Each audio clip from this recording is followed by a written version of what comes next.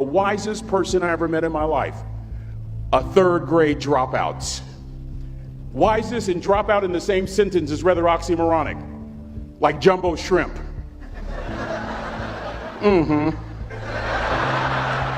Like fun run, ain't nothing fun about it. Like Microsoft Works, y'all don't hear me. I used to say like country music, but I've lived in Texas so long, I love country music now. I hunt, I fish, I have cowboy boots and cowboy, y'all, I'm a black-neck redneck. Do you hear what I'm saying to you? No longer oxymoronic for me to say country music.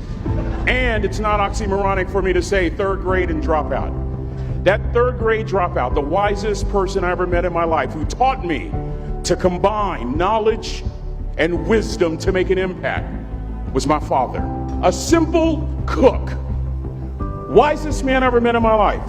Just a simple cook. Left school in the third grade to help out on the family farm, but just because he left school doesn't mean his education stopped. Mark Twain once said, "I've never allowed my schooling to get in the way of my education." My father taught himself how to read, taught himself how to write, decided in the midst of Jim Crowism, as America was breathing the last gasp of the Civil War, my father decided he was going to stand and be a man. Not a black man, not a brown man, not a white man, but a man. He literally challenged himself to be the best that he could all the days of his life. I have 4 degrees. My brother is a judge. We're not the smartest ones in our family. It's a third grade dropout daddy.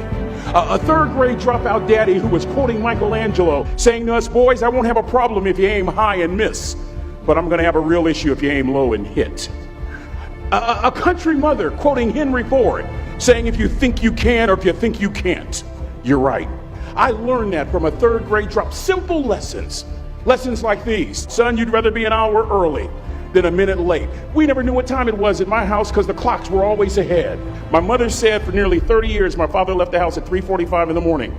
One day she asked him, "Why, Daddy?" He said, "Maybe one of my boys will catch me in the act of excellence. I want to share 2 things with you. Aristotle said you are what you repeatedly do.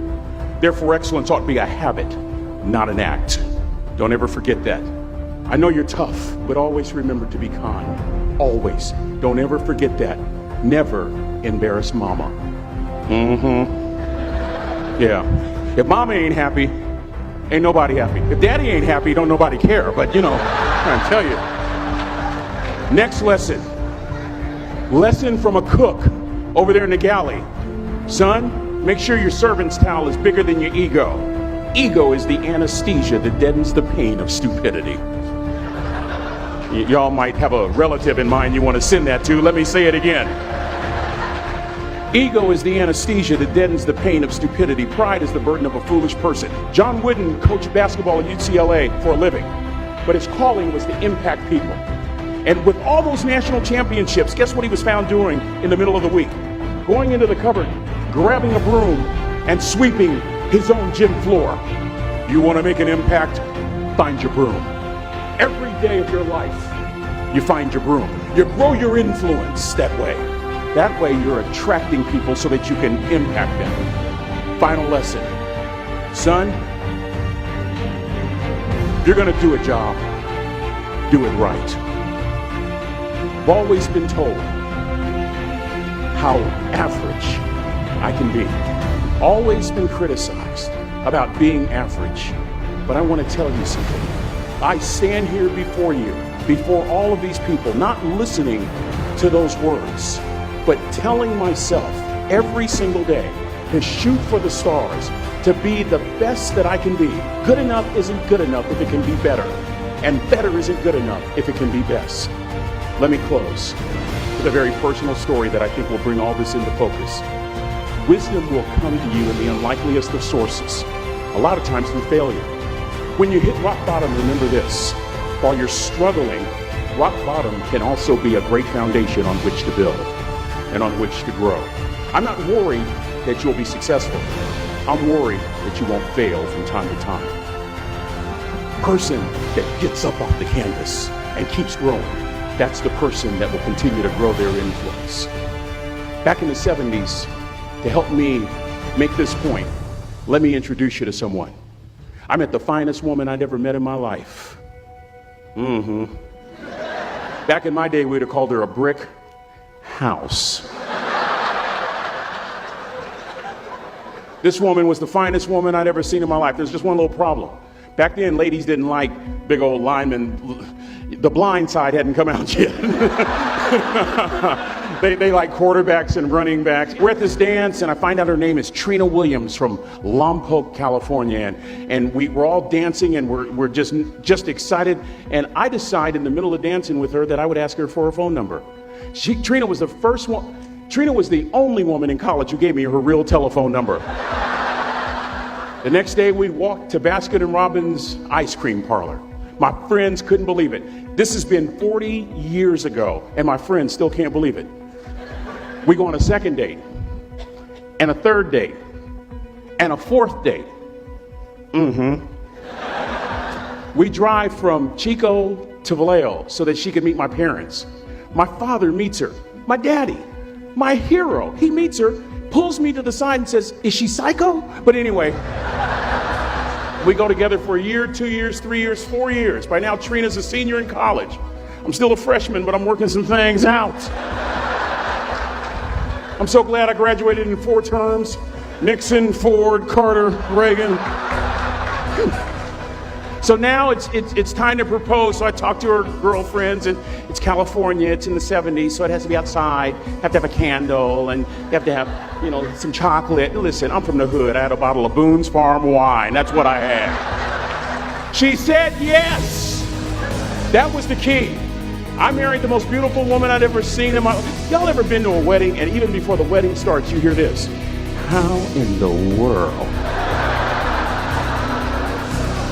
And it was coming from my side of the family.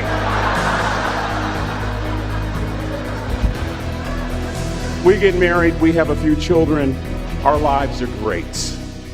One day, Trina finds a lump in her left breast. Breast cancer. 6 years after that diagnosis, me and my 2 little boys walked up to Mommy's casket. And for 2 years, my heart didn't beat. If it wasn't for my faith in God, I wouldn't be standing here today.